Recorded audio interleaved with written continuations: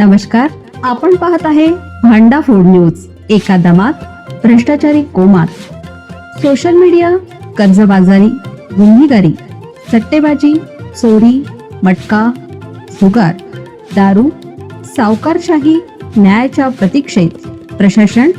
भांडा food news, एका दमात भ्रष्टाचारी कोमात। एरंडोली येथे टेम्पोच्या धडकेत दोघा दुचाकीस्वारांचा मृत्यू। एरंडोली तालुका मिरज येथे आंबावरून भरधाव वेगाने जाणाऱ्या टेम्पोने दोन दुचाकीस्वारांना जोरदार धडक दिली। या भीषण अपघातात दोघांचा जागीच मृत्यू झाला, तर एक जण गंभीर जखमी झाला आहे। 18 रोजी सायंकाळी ही घटना घडली। अपघातानंतर संतप्त नागरिकांनी टेम्पो चालकाला पकडून वाहनाच्या काचा फोडत संताप व्यक्त केला। अण्णासाहेब खाजवली मिरजकर, वय वर्ष 37, राहणार लाटवडे, तालुका हातकणंगले, जिल्हा कोल्हापूर, लक्ष्मण संतू हाके, वय वर्ष 60, राहणार एरंडोली, तालुका मिरज अशी मृतांची नावे आहेत। तर रामचंद्र सीताराम नलवडे, वय वर्ष 38, राहणार एरंडोली, हे गंभीर जखमी झाले असून त्यांच्यावर उपचार सुरू आहेत। टेम्पो मिरजच्या दिशेने वेगाने जात होता।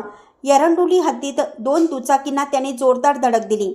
अपघातात दुचाकीवरील दोघांचा जागीच मृत्यू झाला। अपघातानंतर टेम्पो चालकाने पळून जाण्याचा प्रयत्न केला असता जमावाने काही अंतरावर वाहन अडवून चालकाला पकडलं। जमावाने टेम्पोच्या काचा फोडल्या।